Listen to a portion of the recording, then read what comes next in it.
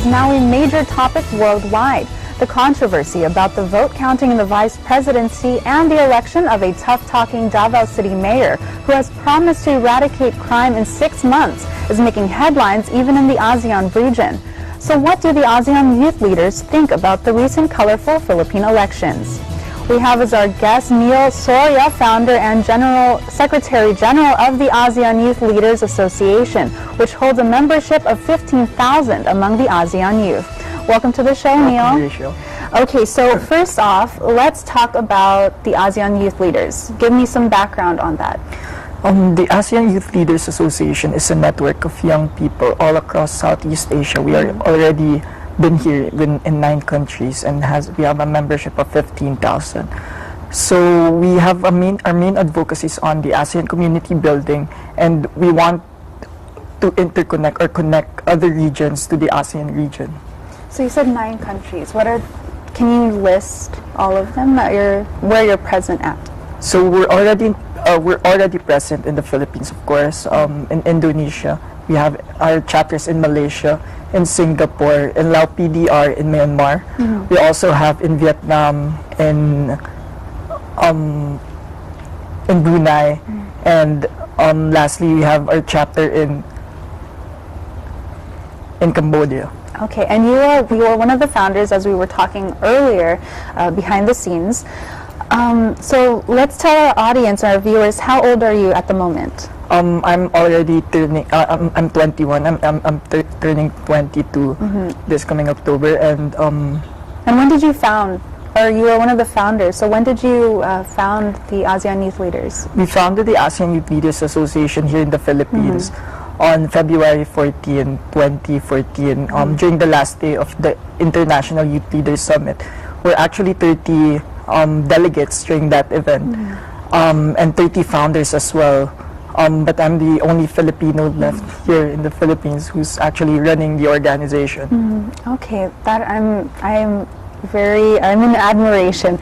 I mean, that's like such a great thing to see that the youth are so involved in something like this, especially you. You know, you're still young, but you've been a part of the ASEAN Youth Leaders Association, the building of it, and I'm sure you will also continue to be with it in the progression. What is some of the goals that the association hopes to achieve in the future, especially with ASEAN integration? In the future, we want to connect other youths from outside the region. Say, for example, there are interested youths who want to still be connected and be in touch with the region here in ASEAN. We want to put up AYLAs in different chapters all around the world and just connect them with the youths here in ASEAN and provide them with the opportunities so that they can still be in touch and they can get information if they want to visit more ASEAN, if other nationals wanted to come back or come and visit the region. So we want to be that main point of information dissemination, or we want to be that platform to disseminate the information from the region to outside the region. Okay, so let's go into the recent elections. So the ASEAN Youth Leaders, can you tell me what is your viewpoint as far as I said, it's the Philippine elections just happened recently, and they're doing the vote counts. Duterte is most likely, obviously, going to win. Yeah. So, can you tell us a little bit of what are the implications of his presidency? So, there are several issues that we had discussed earlier off camera regarding the South China Sea issue, which is really big, even before the elections happened, and also the Sabah issue. So, let's talk first about the South China Sea issue. All right. So, during Duterte's presidency, we want to see him either continue or push for more on the arbitration case which is filed by the Philippines, or change what the government has done on the filing, or we want to see, or the people is looking forward to seeing him push for multilateral or bilateral talks with China.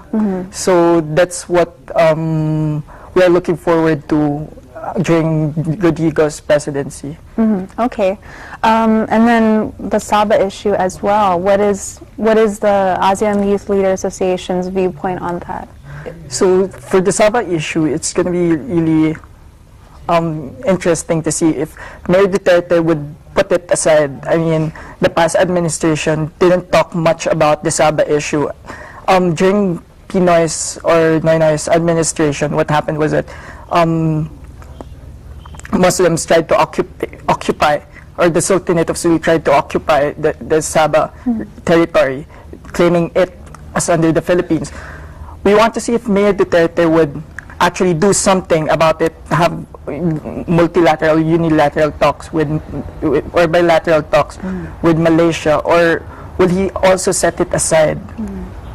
Okay, so just to summarize your view on both issues, what is the ideal, just for you as a leader for the association, what is your ideal conclusion for both of the issues, for South China Sea and for Sabah?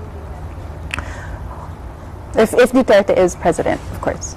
My ideal conclusion, of course, I've been trained with diplomacy. It would be the best if Mayor Duterte cooperates with different countries, rules of international relations, cooperation, and diplomacy. It will be also interesting to see what his approaches will be when it comes to his relationships with the Philippines, relationships with different ASEAN member states. Say he has already generated that much of a criticism from Singapore's side due to his remarks before. We want to see how he would fare with different ASEAN member states, how he would enhance our relations, or how he would gather these states to rally behind the Philippines when it comes to dealing with China or other states that is or are becoming threats to the country's security.